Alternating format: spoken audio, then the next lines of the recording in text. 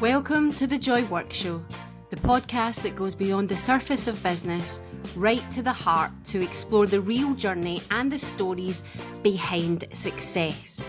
Not just the moments of celebration, but the challenges that pave the way for them. Hiya, I'm Diane.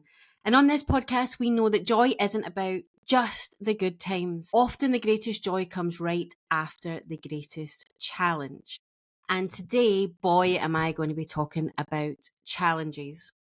So if you're new here, we have 2 episodes that go out every week. On a Monday, which is when this episode will be coming out, is a solo episode with me, talking about business mainly, but life and kind of everything in between. And then on Thursday, we are joined by a guest and talk all about their joy journey.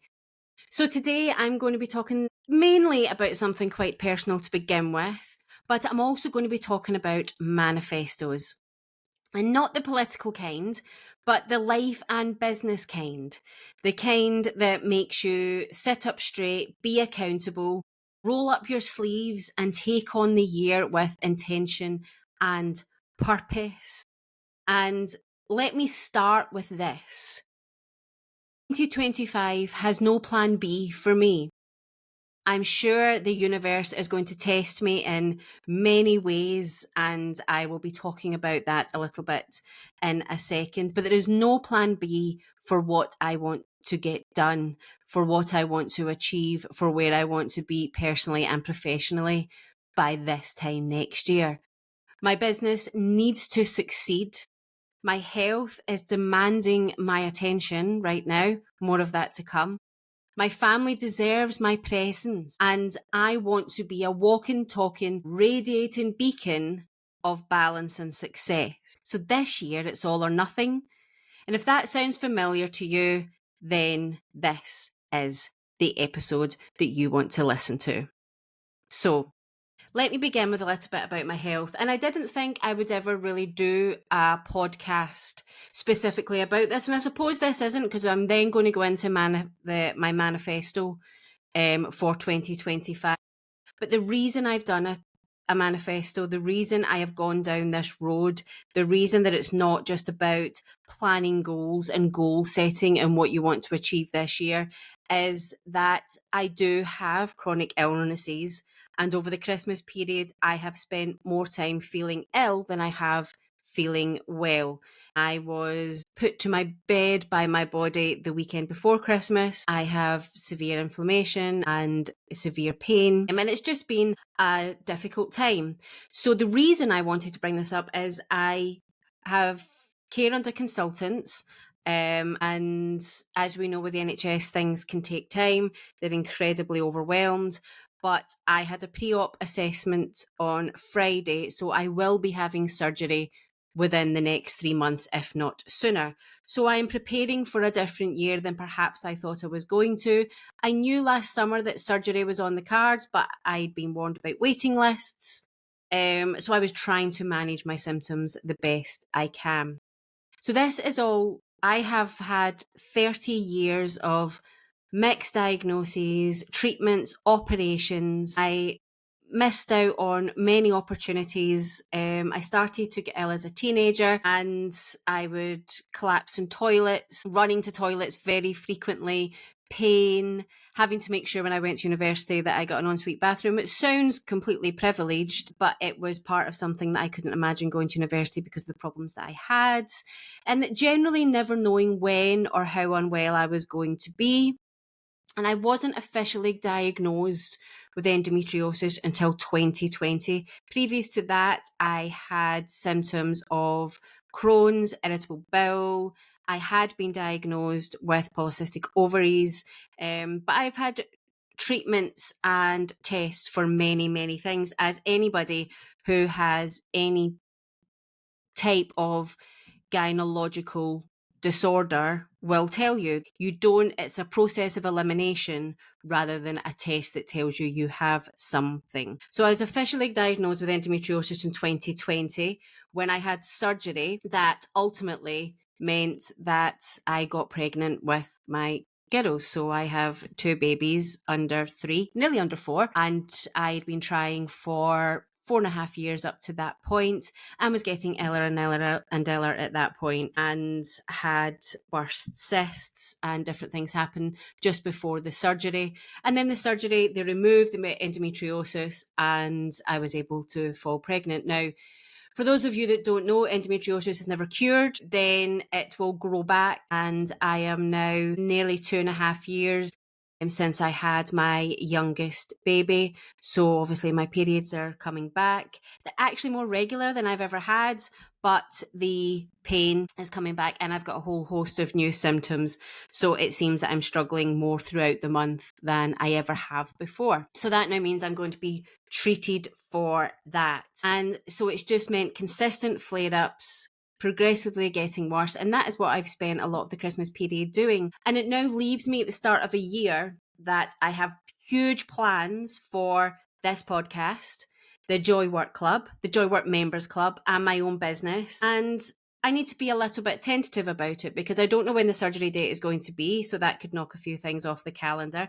And I also really need to look after my health. Health is our wealth. We are nothing without. We could have all the successes in the world, but the minute somebody takes your health away, nothing else seems to matter. So I know that I need to look after myself. And for somebody with a chronic illness, the thought of having surgery is actually really positive because it's a step forward. It could mean relief. It could mean some further diagnoses. It could mean with a management plan in place for me. And there could be all sorts of results for me that come out of this. But it means it's moving forward rather than staying in a place of, well, I don't know what this month's going to bring from a health point of view. So I am relieved and delighted that that is the way that my year is starting. But it means that I've looked at things perhaps in a slightly different way than what I would have had this not been as imminent. So I don't fully know what to expect, but I know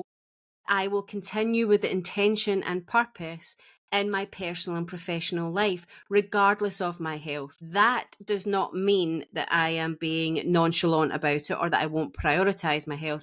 It's actually the opposite. I will 100% be prioritizing my health. But in prioritizing my health, I want a thriving business. I want a thriving life. And as I said at the start, my family deserves my presence. And I want to make sure that all of that is there. So I am building a business to be flexible, and my health is a huge part of this. I don't know how I'm going to feel when I wake up tomorrow morning. And look, none of us really do, but I know there's a higher chance that I could feel awful as opposed to somebody who's in great health. And I've put lots of things in place that I look after my health. I'm moving more, I'm exercising, you know that I'm part of the She Collective. The role was on the podcast a few weeks ago, that I've actually had quite a few weeks off because of health, but I'm going to be back to that tomorrow morning. I know there is slower movements in there I can do on the days where I'm not feeling at optimum health. I can look after my diet and the way that the food that I consume. I can look after my stressors. There's lots and lots of things that I can do outside of the medical intervention that is going to be happening for me. But the reason that I'm building the business is because of the illnesses that I have. It's a huge part of my why. I need that flexibility. And also I want that flexibility. I want that flexibility for my family and for me. But it's so much better option for me of being able to really hustle on the days that I feel good and also make sure. But hustling for me isn't about burning out, isn't about going hell for leather every hour of the day. Hustling for me is making sure that I am focused and strategic and have things in place that build a thriving business without me having to be there 24/7. And the business that I'm building is so much better for on those days where I don't feel great that I can take a little step back knowing that all those systems are in place. Now, I'm not saying I'm 100% there. I wouldn't even say I'm 50% there. My business is incredibly young, but I am, with having the intention and the focus, I'm much further along on that process than perhaps somebody who hasn't been looking at it from that way and is much more winging it on a day-to-day basis. So, and it's much better than when I had my career, when I used to have to hide in toilets or push through the pain or pretend that I was okay when actually I really, really wasn't. The amount of times I've been found on toilet floors is something quite remarkable.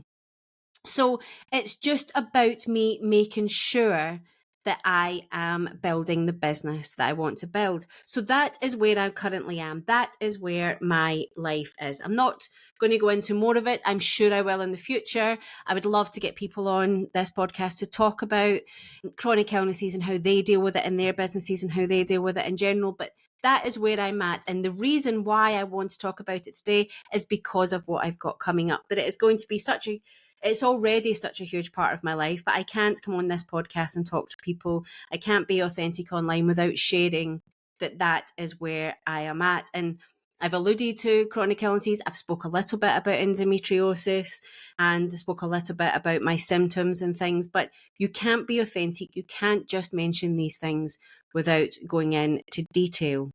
So that is where I'm at. And what I want to talk to you today, and from here on in this podcast episode, is a manifesto. And why would we create a manifesto? Why do you need it? Now, if you go back to my 2 solo episodes ago, I spoke about the word journey. And there was quite a few people who love it, a few people who hate the word. And go back and listen to that of why I am reclaiming the word journey this year and why I think it's really, really important. And manifesto is one of those words as well. If people think it's a bit bougie, people think it's a bit cliche, or people think it's just one of those things that people say to make them feel important. But why am I putting a manifesto in place? Why has the last few weeks brought me to this place? So a manifesto is more than a list of goals. It's not just another Pinterest board. It's not just a vision board that you're creating of resolutions and things that you want to do. It's an actual declaration.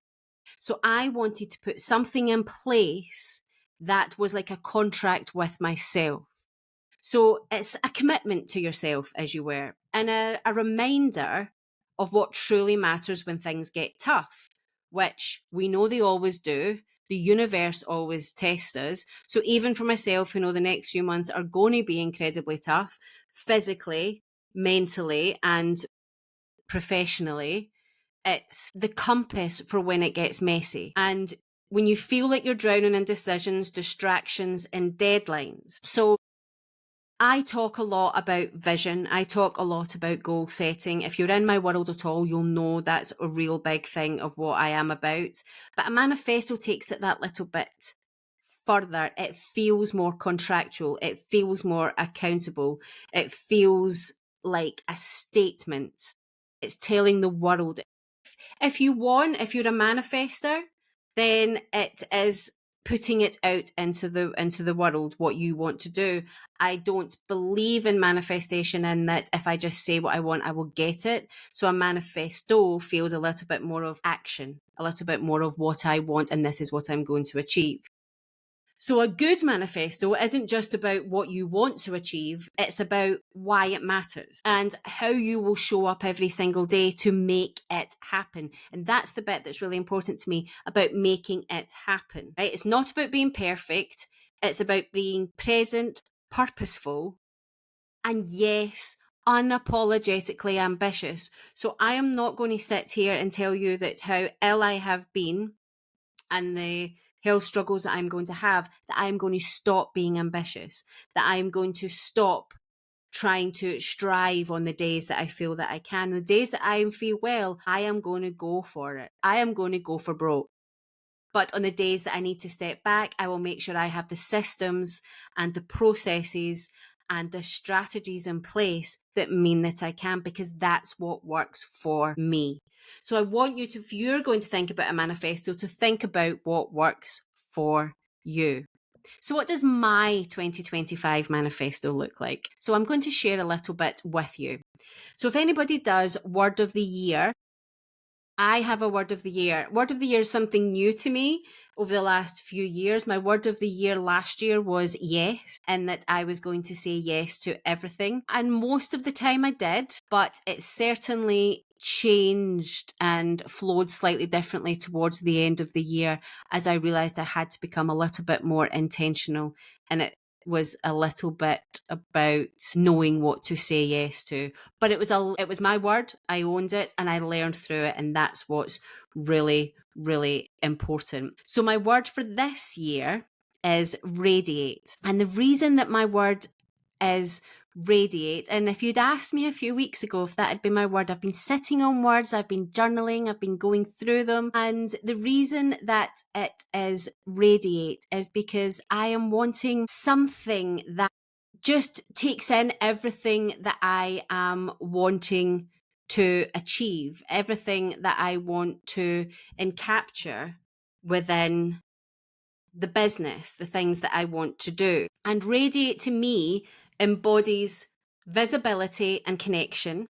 And I knew visibility is going to be a huge part of 2025 for me, because it's now time for me to get the podcast out there in a much larger way, the Joy Work Club, and just everything that I want to do. I want to amplify it. That was nearly another one of my words, but I've decided to go with radiate. So it's that visibility and that connection, because truly without connection, you don't have anything. You don't have marketing. You don't have sales. You don't have a business without getting that connection in place. So to me, radiate suggests sharing your light with others, building relationships, and ultimately creating this ripple effect of abundance, which is really important to me for success, and joy, because, well, you know how important joy is to me. So my word of the year means unapologetically stepping into my light. I want to radiate health. Obviously, that's what I've just spoke about as I go through surgery and the rest of the journey that no doubt my health is going to take me through this next 12 months. I want to radiate confidence and clarity in my business. I want to build on the courage that I've already had to then gain the confidence to know that I can move forward in the ways that I can because of the courageous, bold moves I made last year. They can now grow into greater things this year. And also because I've decided that in my business, failure isn't an option. They can be learnings, they can be falling down and getting back up again, but there will not be failure. It is not part of my dictionary of 2025. And obviously I want to radiate joy and love, because that's what we're all about. That's what we're all here for. And then I want all of that in my family life, because they're the reason I do all of this in the first place. If I hadn't had my girls, I don't even know if I'd be on this entrepreneurial journey that I'm currently on. So how does it look for my manifesto? So for me, it comes down into a few different pillars, I suppose, sections, whatever you want to call it. So for me, I have 4. My first one is health. And in my manifesto, I commit to honouring my body. That means showing up for the hard days, embracing the good ones, and making choices that support my short and long-term health. Business. This year, there's no plan B. I will prioritise what moves the needle, say no to distractions, and focus on my zone of genius. Family. I will set boundaries that protect my time with my loved ones and be fully present when I am with them. We will always have an adventure planned to look forward to. Personal growth. I will continue to learn, grow, and challenge myself, because my business and my life can only grow as much as I do. So each of those 4 sections, pillars, quadrants, whatever you want to call them, is all tied back to my word radiate. It's a reminder for me to show up fully even when it's hard, and to shine a light on what truly matters to me and my business. So I'd like to send out an invitation for you to create yours. So grab a notebook, open up your notes app, or listen to this and then come back to it. And here are some prompts that can guide you. So your word of the year. What's one word that captures the energy you want to bring to 2025? Your why. Why does this year matter to you? What's the bigger picture you're working towards? What is 2025 going to do for your bigger why? Your pillars, your quadrants, your themes, whatever resonates with you, break it down. What are the key areas of your life and business that need your focus? For me, It's health, business, family, and personal growth. Not necessarily in that order, but that's what they are. What are yours? Your commitment. What will you commit to in each of those areas? Keep it simple, specific, and meaningful. And your reminder, what's the mantra, quote, or visual that you will keep you going when the going gets tough? For me, I always come back to, I'll do what I can from where I am with what I've got. I don't compare myself to others. I stay in my own lane and I focus on what's really important to me. You can pause this episode if you want to go back and jot these down, or you can come back to it at any time. And remember, it's not about anybody else. It's what feels true to you. It's not what looks good. It's not what you're going to post on Instagram or Facebook or anywhere else. It is what is going to give you clarity and your commitment to yourself. Writing a manifesto is one thing, but if you're making that commitment, how are you going to live it? How are you going to bring it? So you want to display it somewhere. Put it somewhere you'll see it, your office, your planner, the bathroom mirror, the fridge door, the door that you leave every single day. Whatever it is and going to work for you, make sure that you can see it. Mine is up here in front of me on a vision board, which I am actually changing a few things on very, very shortly this week. So, and then review it weekly. Set aside time each week to revisit it. Even if it's just a glance, even if it's just that 5-minute break, sit back with your cup of coffee, look at your manifesto and think about, are you living and breathing it? And if you aren't, what needs to shift? Or has something happened that your manifesto needs to change? How exciting is that? Has an opportunity changed the path that you were on? Share it with somebody. Now, I don't mean post it on social media, although by all means, post it on social media if you want to, but tell someone you trust about it. Accountability is a game changer in all areas of business. It is the most successful part of the members club. It is the most successful part of the way I work with clients. Yeah, it's just a total game changer in business. So if you have a manifesto, why not share it with somebody who's going to turn around when they next see you and say, how is the manifesto going? How is that going? You know, I am sure there's going to be lots of people in my life who said, Diane, you committed to yourself that you were going to look after your health. Is that choice you just made the best choice that you could make for your health? Are you working too much? Are you not prioritizing sleep? You haven't moved as much this week, even if it's just a quick 10-minute walk around the block. There'll be people in my life that'll be holding me accountable to make sure I look after my health. And obviously adjust it. Anytime I come on here, I work with you, I talk in the Joy Work Club, nothing I will do, even though I am a strategist, nothing I will do is set in stone. Nothing is rigid. Life happens, so allow your manifesto to evolve as you do. It's not about rigidity, it's about alignment. It's about intention. It's about knowing your purpose. It's about being able to come back to yourself. And I know I'm going to have to come back to myself a lot this year. So I just want to leave you with this. Your manifesto isn't a wish list. It's not a to-do list. It's not goals to hit. It is your battle cry. It is you telling the world that you are here and what you intend to do. It's a declaration of who you are, what you stand for, and how you're showing up in the world. For all of your life. So what's your word for 2025? What's your why? And what will you commit to? If you do work on your manifesto, I'd love to hear from you. Share it. Give me your word of the year. Share it on social media if you want. Drop me an email, whatever it may be. Okay, Thursday we are back with a guest episode, which there will be some sneak previews of that later this week. I hope you're looking forward to getting back to business properly. I'm sure Monday, Tuesday, Wednesday this week we will see everybody coming back from their Christmas caves and ready to take the year on. And even though my year might look a little bit different than what I thought, I'm still excited. I am still ready to go, and it's still going to be my best year yet. So let's keep each other accountable and inspired.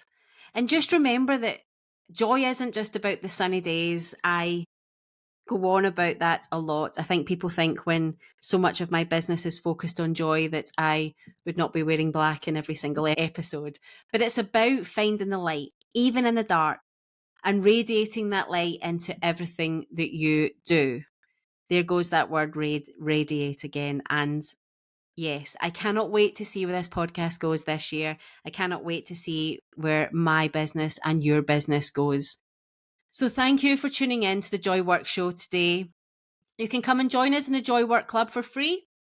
It is a community that currently sits on Facebook, so you can come and join us for free there and just see what we are all about. Even just come and have a nosy if you want to come and have a nosy. The Joywork Members Club doors are currently closed, but there is a waiting list if you want to get on there to come and join us and find us what it's all about. Drop me a message if you would like to know more. And yes, I would just love you to let me know if you have been working on your manifesto. Here's to a radiant 2025.